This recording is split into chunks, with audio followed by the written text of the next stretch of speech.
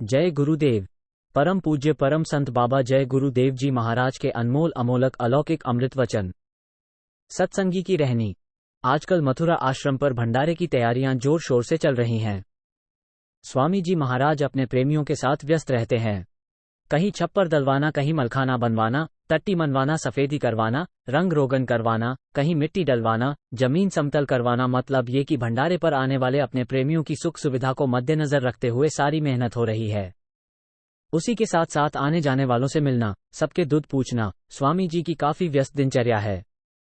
एकदम सुबह अंधेरे में ही उठ जाना और देर रात तक अपने काम में व्यस्त रहना स्वामी जो महाराज के जीवन की यह प्रैक्टिकल शिक्षा है जो हमें ग्रहण करनी चाहिए। स्वामी जी ने बहुत छूट दे रखी है। सांकाल प्रायः स्वामी जी महाराज सत्संग सुनाते हैं। उसमें सत्संगी की रहनी पर प्रकाश डालते रहते हैं। बड़ी खास बात स्वामी जी ने कही कि मैंने आश्रम पर कोई विशेष नियम नहीं रखा है। अगर नियम रखूं तो तुम यहां रह नहीं सकते हो, भाग जाओगे। ये है घोर कलयुग। ये ठीक है कि स्वामी जी जितनी सुविधाजनक और सरल जीवन जीने की सहूलियत देते हैं उसे तो हम अनुभव करते रहते हैं, कहें क्या। फिर भी हमारी कुछ अपनी व्यक्तिगत जिम्मेदारियां हैं जिन्हें हमको निभाना चाहिए। जैसे प्रातः घंटी बजने के साथ उठ जाना और अपनी दिनचर्या की शुरुआत स्वामी जी के वचनानुसार साधन, भजन, सुमिरन से करना। उसके बाद दिन भर जो सेवा करने का सौभाग्य मिले उसे पूरी ईमानदारी से करना। आश्रम का काम या सेवा। सत्संग में भी स्वामी जी अपना काम और स्वामी जी की सेवा समझना। महाराज इस बात की याद दिलाते रहते हैं, भूल चूक तो हम कमजोर इंसानों से होती रहेगी और होती रहती है। इसके लिए सच्चे हृदय से मन ही मन में क्षमा याचना करते रहना, प्रार्थना करते रहना कि हे मालिक, मेरी पत्तियों की माफी दें और शक्ति देते रहें कि कोई गुनाह न बने। स्वामी जी महाराज ने कहा कि पास रहने वालों को बहुत चुस्त और होशियार रहना चाहिए। पास रहने वालों के गलियों की माफी मुश्किल से होती है। दूर से सत्संगी आते हैं, जितना समय मिलता है रहते हैं, वचनों को सुनते हैं, दया लेते हैं और चले जाते हैं। जाने अनजाने उनसे कोई भूल चूक हो जाए तो माफी है, पर हरदम पास रहने वालों से तो ऐसी गलियां नहीं होनी चाहिए। गुरु के पास रहना बड़े भाग्य की बात है।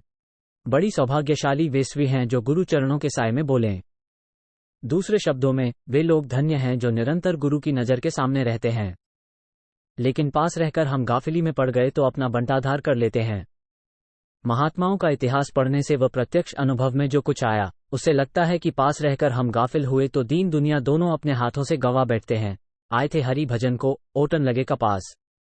जिभया और निभया इंद्री वश में रखो। महात्माओं के पास रहने के लिए एक मंत्र बताया था पंडित सुदर्शन शर्मा जी ने, जो उन्होंने अपने पिताजी से सीखा था। पंडित जी दादा गुरु के पुत्र हैं।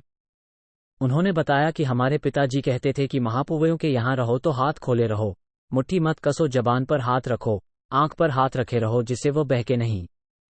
स्वामी जी ने एक बार कहा था कि जिया और निया वश में रखो, चाहे जहां रहो। इतने में ही सत्संगी की रहनी की पूरी समीक्षा स्वामी जी महाराज ने कर दी थी।